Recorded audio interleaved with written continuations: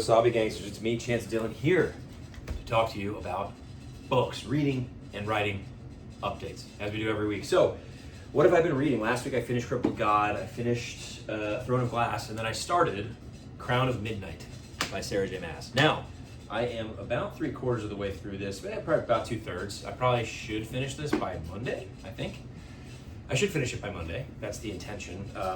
It's so interesting to get into a series that is just relatively more accessible, especially after reading Malazan. It's sort of refreshing. Actually, it's not sort of refreshing. It is definitely refreshing. Not to say that I don't miss the dense, epic storytelling that is Malazan right now, but I do think that getting into this series has sort of helped me sort of reset, especially after finishing such a massive 10-book series and all the emotional beats that hit there. And then I'm also listening to Red Country by Joe Abercrombie. I'm through the first part of the book. I'm into the second part of how he does his structure. And again, thoroughly enjoying that story. There's I'll talk briefly about this, then I'll get into that. But this one picks up sort of where we left off in book one, by way of where our main character is and the job that now needs to be done. And then we start to slowly see the unraveling of what really has been going on during the time that we were missing. And it starts off, I'll say this, like, I hit a point in the middle of this book where it's like actually just recently, it maybe last night or the night before, probably the night before, where it felt like, excuse me, a little irrational what we were getting from the character. It was a little less believable than perhaps I would have thought that it would be based on just how everything had been set up so far. That said, it's not totally out of the realm of possibility for this particular character and how they acted. I don't know, I wouldn't say, I'm not saying irrational. I think there's parts of it that are irrational. I think that the way that certain relationships are being handled, and again, you're writing from an 18-year-old's perspective. So is it likely? Probably, actually. Now, the more I break it down, and so I just sort of have to eliminate that and put back up the suspension of disbelief. And again, I'm thoroughly enjoying the story. I really, really am. In the Discord of Oak Street Boys, there's a group actually that talks about the Throne of Glass series, as well as the Conan short stories, which I am very behind on, that I have said that I'm going to read, and oh boy, have I not. But I do need to catch up. That is something I'm going to be intent on, and I think I've said that a couple times now. But I would like to finish that before people move into the next collection of short stories for Conan. But anyways, I am thoroughly enjoying Crown of Midnight. After this, I will just be moving into Air of Fire. I think this series is, I understand why everybody loves it. It's super bingeable. And a part of that is due to the storytelling that Sarah J. Maas does, and also the writing style being super accessible. And by the way, that's not a bad thing. I think it's a very good thing. And it feels very flowy, if that makes sense. It does flow really well. In terms of her being a storyteller. Very good. I enjoy the characters. It's not like a super character-focused story just yet. I do feel like we're getting there. I feel like that's something that's going to happen down the line. And so, yeah, Red Country, very much enjoying. I had restarted it because I had started it probably 2 years back now when I was going through the 3 standalones in the Joe Abercrombie First Law universe. And I got to Red Country, started it, and then I think I just needed a break from Joe Abercrombie at the time, which is crazy to say because I thoroughly enjoyed the heroes so much. And so much that it influenced something that I did in book 2, Mercy Heals the Fate, my book. That said, I am so happy to be back in the universe, as dark as that may sound, and just to be around these characters done by Stephen Pacey, who is, oh man, such an incredible narrator, and it really does bring me right back into that universe, and I get such a strong visual representation of what's going on. I read the first 3 books physically, and then I listened to the 2 standalones by Stephen Pacey, and a part of me is wondering if I should do The Age of Madness on audio. It's just so easy to pick up the beats in the story with Stephen Pacey as a narrator. It's almost like a 1-for-1 for me. In terms of my comprehension, which I think is rare. I do actually think is rare for a narrator. I usually get more out of an immersive read, doing both audio and physically reading, which is what I also am doing some of that with Sarah J. Maas here. And I think with Stephen Pacey, I'm going to be able to thoroughly enjoy it in that way. Yeah. So I'm going to move on to my writing update. I'm going to move on to my writing update real quick, and we're going to talk about that. So, guys, the Mercy Saga is over 4,000 copies sold in total. How crazy is that? We're 9 months into everything, and I'm just, again, so incredibly grateful for everybody who's picked up a copy. If you have joined me on this journey, I'm profoundly grateful. There's some things, not changes. There's some things that are going to be, as I'm moving forward, I'm really trying to set the series up with proper trajectory and kind of the vision that I had set out when I first started writing the series. There's a direction artistically that I'd really like to take it, and so I think I'm going to start taking steps to get there. And yeah, I'm just really looking forward to that. As far as the special editions are concerned, we may have a delay on the signed numbered editions. I still am going to do the signing and everything and get that squared away, but the launch editions actually might end up taking precedent over the signed and numbered editions, which is the opposite of what I had projected last week. But things are constantly flowing in publishing, I suppose.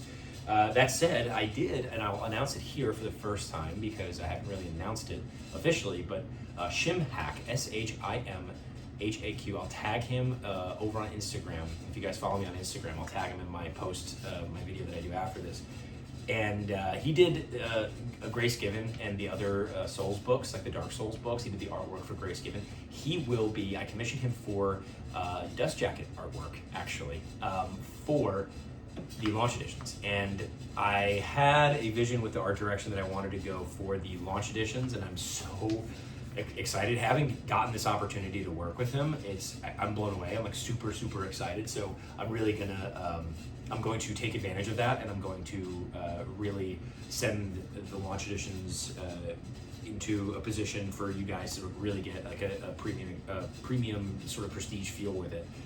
And also selfishly, I can't wait to have those copies on my shelf because we have gotten the first brief for the first book, and so I'm looking forward to seeing what happens when we get the final edition of that, the final version of that, and the final version of book 2. I'm just so freaking excited. If you guys see this artist, you will understand why. It is fantastic. I cannot wait.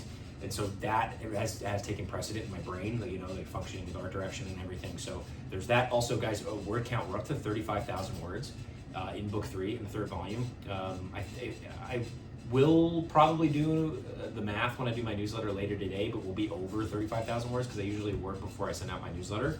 So if you guys want the exact word count, you can go to chancedillonauthor.com. It'll be in the description of this video. You can sign up to my newsletter.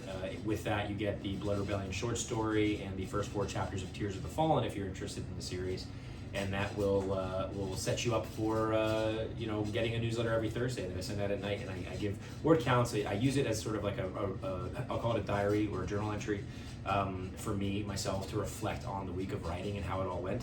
And so yeah, that was just a really fulfilling week of work in regard to the writing. I feel like a lot got done. I feel like we're progressing the story, and I cannot wait to see where we're going with it.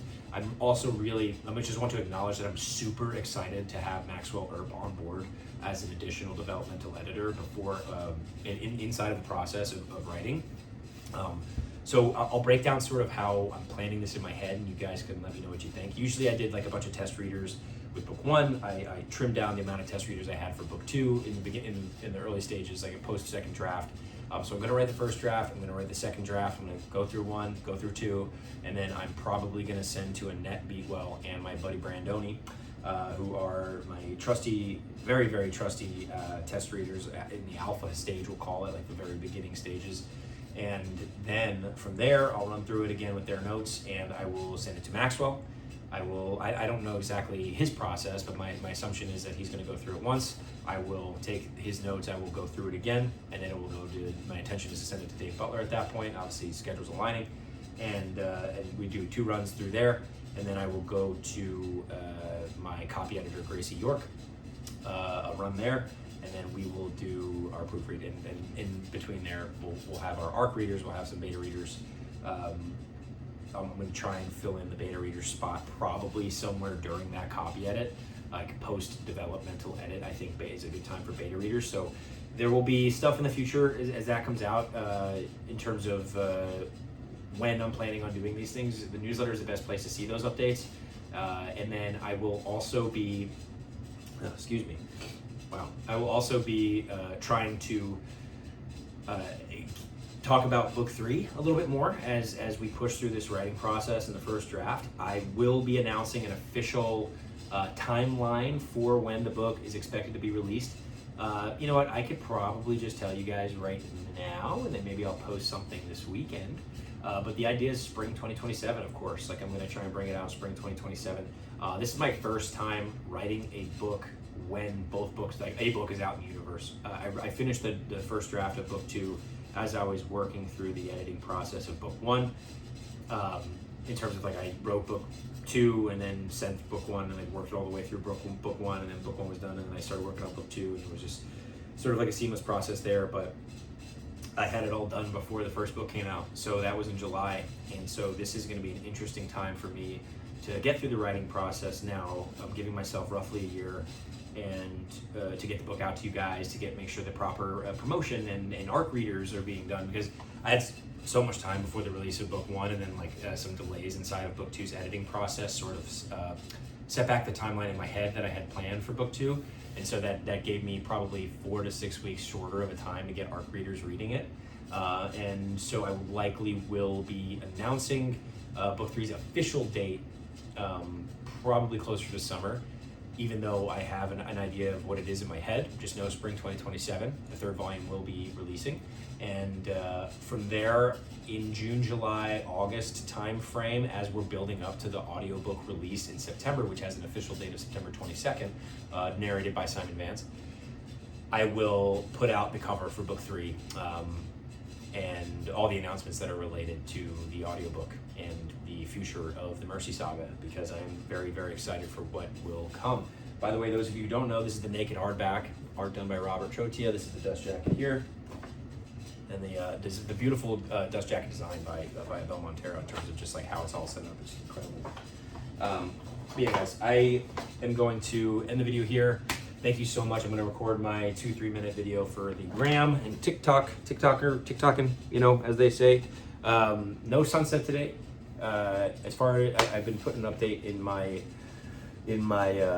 I changed the location of where I store my plant temporarily during the day sometimes because I have air blowing, and so that's something to consider as well. And I just watered it maybe for the first or second time, and had to trim off an old stem, right? So they call it. I don't know. I'm learning, right? You learn something new every year, and this is me learning, you know. And yeah, I hope you all have had an incredible week. I am looking forward to seeing you all next week, and very much, and that is all I have to say about that. All right. You guys do this whole thing too much, where we just sit here and stare at each other. Too much. I didn't get to Berserk. I'm realizing that now. Before this video, I likely will try to get some done today. I might try and finish. I know I said last week I was going to finish the 27th volume. So my brain goes. I got into writing, and that just like took over my brain. Anyway, if you guys want to hear more about Berserk, let me know in the comments below. Let me know in the comments below if you watch this awkward silence, and let me also know in the comments below what you're reading right now. And I think my next read is going to be Empire of the Vampire, after Red Country. Oh, sorry, Empire of the Damned. Empire of the Dawn. Empire of the Dawn.